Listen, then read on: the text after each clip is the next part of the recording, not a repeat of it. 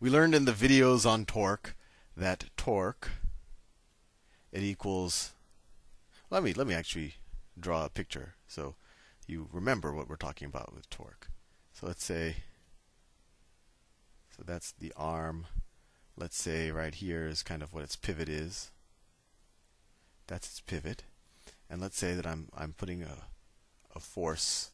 Let's say I'm putting a force right there, and it's perpendicular to this arm. And let's say the length of this arm is r, and that this force is, well, let's say that this force is F. So we know that the torque is this force times the distance, right? Torque is force times the distance. And then we also know that what is force? Well, that is equal to mass times acceleration times distance. So torque is equal to mass times acceleration times distance. And then so what is acceleration? Well, that's equal to mass times change in velocity over change in time times distance. Right? So that we learned all that from our torque chapter, and you might want to review it just to get an intuition of what torque is good for. But in general, if something isn't spinning, you apply torque and you'll get it spinning. Or if something is spinning already, if you apply torque in the direction that it's spinning, it'll spin faster. Or if you go in the opposite direction, it'll spin slower. And what I'm showing you here is that what happens if you apply no torque? Well, if you apply no torque, then we know that this quantity is 0. Or another way to think about it, actually, why did I write D? This is, well, it couldn't be D, but I shouldn't have called this R. This should be D. So if this is 0, if we are applying no torque, right, what do we know? We know that the change in velocity over change in time times this distance won't change, that this quantity is 0. So we know that the velocity times the distance is going to be a constant. And that comes from what I just talked about. I sometimes almost feel like it falls out of Newton's laws, but it applies to spinning. An object that's not spinning will tend to not stay spinning, and an object that is spinning will tend to stay spinning. So in this case, if this point right here, so we're in a case where there's no torque, so this force is 0. There's no force applying here. And whatever this object's velocity was, right, is tangential velocity, it's going to stay that velocity. Right? It's just going to keep spinning at that velocity. If I apply more torque in it, it'll go even faster. If I apply less torque, it'll slow down a little bit. But we know that this velocity times the distance is constant. And actually, well, I don't know why I took this m out. We know that the mass times the velocity times the distance is constant. Right? So what does that tell us? Well, we learned in the angular velocity video. My mind's a little slow today. That what? Angular velocity is equal to velocity divided by the radius. And in this case, the radius is this distance. So we could also write it as velocity over distance. And when I talk about radius, it's just the radius of the circle that you're kind of spinning around in, right? This could be the circle up here. So this d, that's the same thing as the radius. I'm just switching letters to confuse you. But let's see if we can write something, if we can change this expression to include angular velocity. And you'll see where I'm going in a second. So let's solve for v. So let's multiply both sides of this times d. So you get dw is equal to v. Right? I just took this d, put it on this side.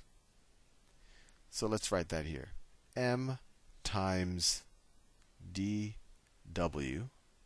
Right? I just replaced the v. Times d is equal to a constant, assuming that we have no net torque on the system. And so what does that get us? Well, that gets us m times the angular velocity times d squared is equal to a constant. So what does this tell us? This tells us the mass of an object spinning. So let me rewrite this, because I think. So what we know is that the mass of an object spinning times how fast it is spinning times the distance to the center of its rotation. And actually, I'm going to change that d to an r. I don't know why I even used d to begin with. Times that squared. That's going to be equal to a constant. assuming no net force, no net torque. And another way of looking at that, if we just wanted to go to angular velocity from the get-go, we could have said torque is equal to mass times change in velocity times change in time times the radius to the center of where you're rotating around. And change in velocity is just the same thing as mass times change in angular velocity times r, change in time. Oh, and then there's another r. That's this r, right? Because velocity is angular velocity times r, and we're assuming r doesn't change. So any change in velocity is just going to be a change in the angular velocity. And then we would get the same thing that we just got here. If we have no net torque, we're going to have no change in angular velocity. So angular velocity will be a constant. So you'll get mass times angular velocity times, and then you have this r and this r, times r squared is going to be equal to constant. Where am I going with all of this? Well, let's think about something. Let's say that I have some object traveling in a circle. I do everything for a reason, and you'll see my reason right now. Let's say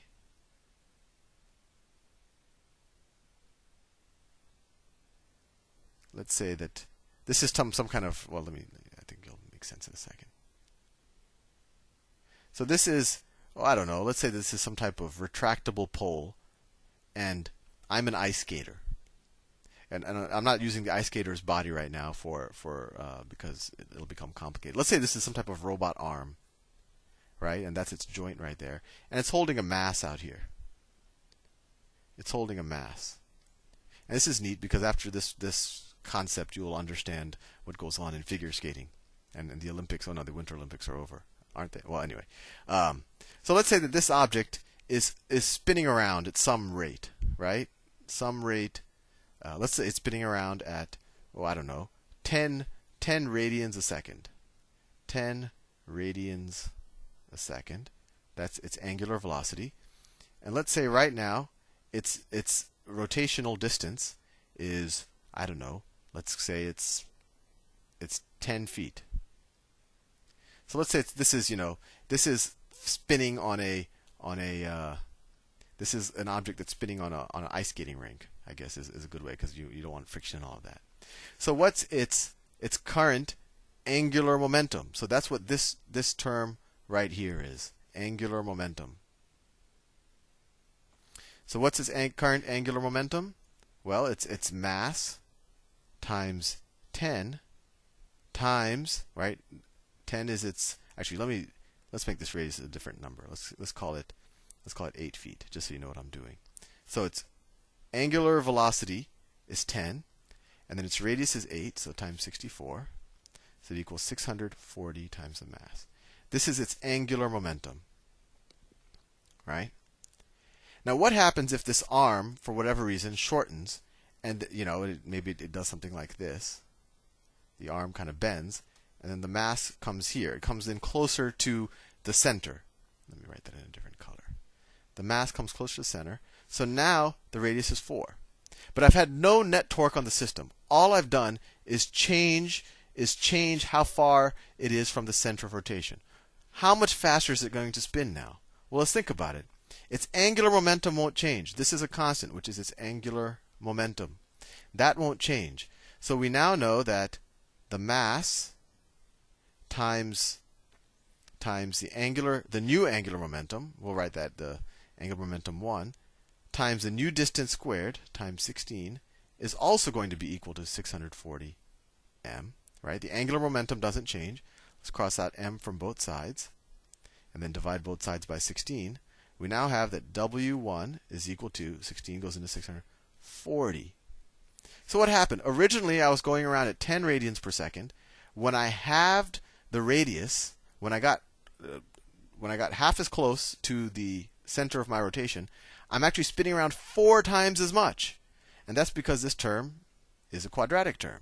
And this makes you probably have observed this behavior before when you see the ice skater skating around and they're spinning with their arms wide open, and then they pull their arms in and they go a lot faster. And that's because their angular velocity, or the rate at which they're spinning, is proportional to the square of of the radius around their axis of rotation.